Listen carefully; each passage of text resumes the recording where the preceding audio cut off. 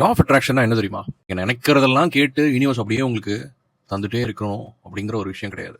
என்னால முடியல, முடியாது அப்படின்னு நீங்க நினைச்சீங்கன்னா, ஒரு சின்ன சான்ஸ் உங்கள நோக்கி வந்தாலுமே, அத அப்படியே விட்டுருவீங்க. நீங்க அத ட்ரை கூட பண்ண மாட்டீங்க. ஆனா அதே இது ஒரு விஷயம் பண்ணிட்டு இருக்கும்போது, நான் இதுக்கு கண்டிப்பா வழி கண்டுபிடிப்பேன் அப்படின்னு சொல்லிட்டு, அத நோக்கி யோசிக்கும்போது, பிரெயின் இருக்கு இல்லையா? ஆட்டோமேட்டிக்கா அதுக்கான சொல்யூஷன கண்டுபிடிக்கும். இதுக்கு நியூரோ சயின்ஸ் என்ன ரீசன்னு சொல்லுது தெரியுமா? உங்க பிரெயின் வந்து ஒரு பேட்டர்ன் ஃபைண்டிங் மிஷின் மாரி ஒர்க் ஆகும். நீங்க ரிப்பீட் பண்ற தாட் இருக்கு இல்லையா? எண்ணங்கள். அதுதான் உங்க பிரெயினுக்கான டைரக்ஷன். நீங்க தொடர்ந்து ரிப்பீட் பண்ற விஷயம் தான்.